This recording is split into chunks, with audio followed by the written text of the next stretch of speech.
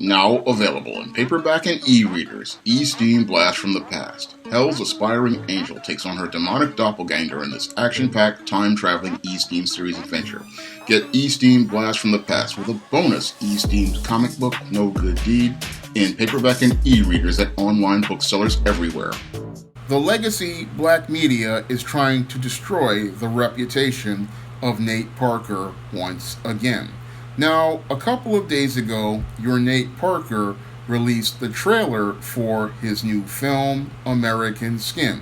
And after releasing the trailer for his new film, American Skin, that's when the legacy Black Media decided to go after the skin of Nate Parker once more. Now, back in 2016, I believe, your Nate Parker released his first film, Birth of a Nation. And after he released his film, Birth of a Nation, he wound up becoming targeted by white supremacy's legacy Black Media, who sought to demonize your Nate Parker and make him the villain of their narrative. Now, back then, your Nate Parker really did not understand that the game is chess, not checkers, and he wound up playing into a situation where he got checkmated by white supremacy and its pawns in legacy Black Media.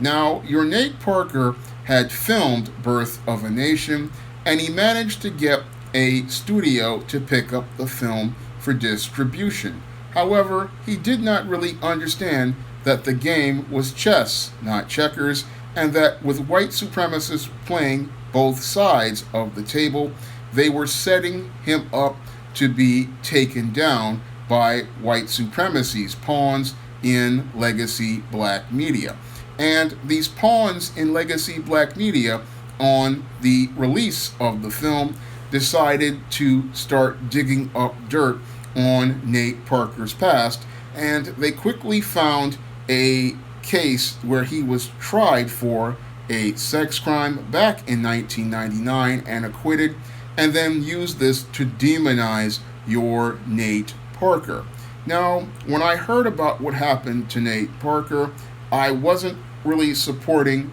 his story back then because your Nate Parker did not really understand optics as related to the situation. And his optics were the thing that led to his downfall in the case of Birth of a Nation, because your Nate Parker at the time was married to a white woman, and what happened was the legacy media, they used this whole case to then rile up the emotions of the black women in legacy Black Media to turn them against your Nate Parker, who was making a film about Nat Turner while he was married to said white woman, and he practically was set up for a checkmate before the film was even released, because white supremacy did not want a film about Nat Turner being released and them having to deal with this film getting good box office, because this type of film, if it got good box office, would lead to a demand for more films featuring what they believe to be responsible black men, and the image of Nate Parker being a black man at the helm was something that they did not want to see. So white supremacists in Hollywood made a plan to take down your Nate Parker, even as they were making the deal with Nate Parker for this film. Unfortunately, Nate Parker couldn't see the chess moves on the table, and because he couldn't see the chess moves on the table, he couldn't see that his optics were not in a good position as related to this film, because making a film about Nat Turner, the man who led a slave rebellion and murdered white women while he was married to a white woman, was not good optics for himself as the representative of the film, and him being married to a white woman and being on this film was something that the white supremacists used as a weapon to bludgeon him with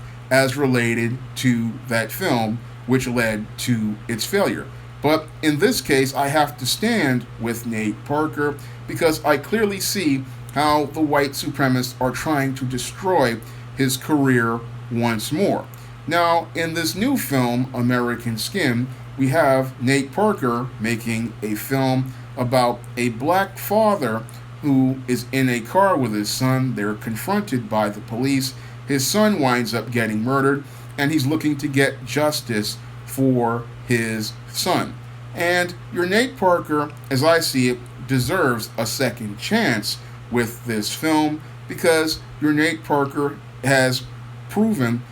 as I see it, that he has already been proven in a court of law to be innocent. And while I had my issues with him as related to the optics on Birth of a Nation, I'm willing to give Nate Parker a second chance with this film. And I do not believe the way legacy black media is treating him is right. Now, they're trying to, again, demonize your Nate Parker once more on these charges, and I believe they should have never been trying to demonize him on those charges anyway, because those charges were already dealt with in a court of law. Nate Parker was acquitted and he was released, and as I see it, when it comes down to this movie, it needs to be judged on its own merits, and we really do not need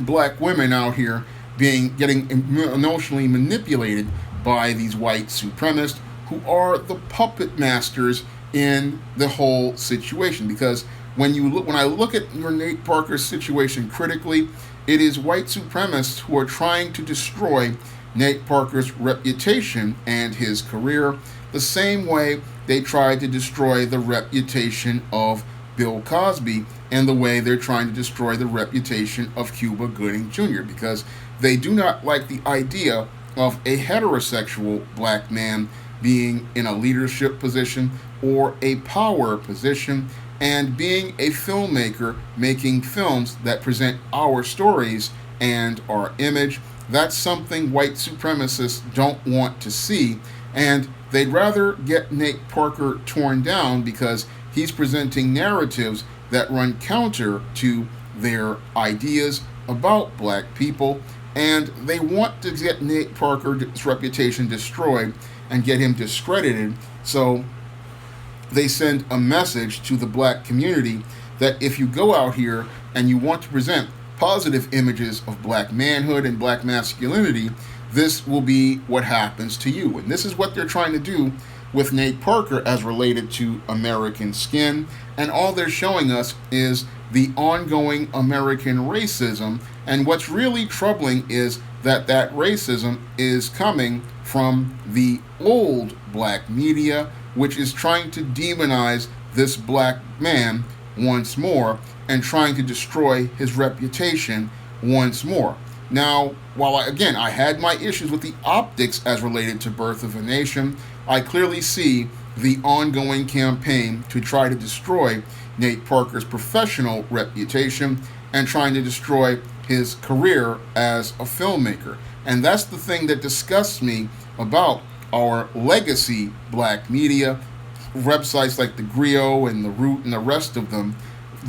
already trying to attack this man before this film is released and trying to make it where this man cannot make a living. This is absolutely disgusting as I see it. I mean, if you had your issues with Nate Parker and who he's dating, you can have those issues, but do not attack this man as related to his films based on the merits. I mean, if this man is out here making his films, he has a right to make a living regardless of who he is married to, and he is out here trying to make a living and trying to also put money in other black people's pockets from what I have heard. So when they go out here and they attack him, they are actually attacking other black people, and that's something every black person should have an issue with, because your Nate Parker is just a guy trying to make a living, and he should have a right to make a living regardless of who he's involved with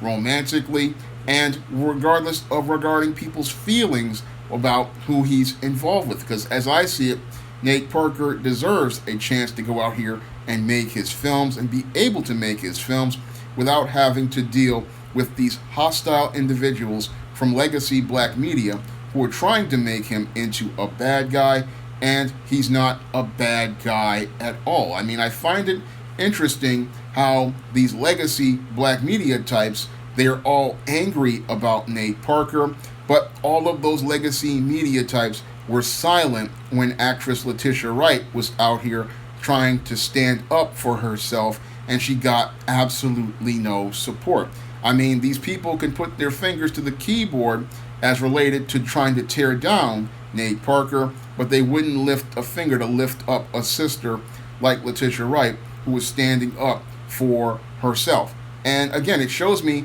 how your people in legacy black media are bought off by white supremacy, and how they're bought off by their Hollywood slave masters, and how they're only interested in pushing the narratives of their Hollywood slave masters, which is more white supremacy and more stereotypical images of black people. And whenever they see a guy like Nate Parker, who is out here trying to do right by black people, they get in their emotions and want to write about him as related to their issues, as related to interracial relationships, but then want to try to destroy this man's professional reputation based on their issues as related to their insecurities about interracial relationships. And that shouldn't be the case at all for your Nate Parker. I mean, if he's already been acquitted of this crime, he should not be punished as related to whatever social issues people have about him and whoever he's involved with. I mean, a lot of this has to do with some of this, as I see it, some black women's insecurities as related to black men being involved with white and non-black women, and that grudge that many have as related to a black man being involved with a white or a non-black woman. So, I mean, if you have those issues,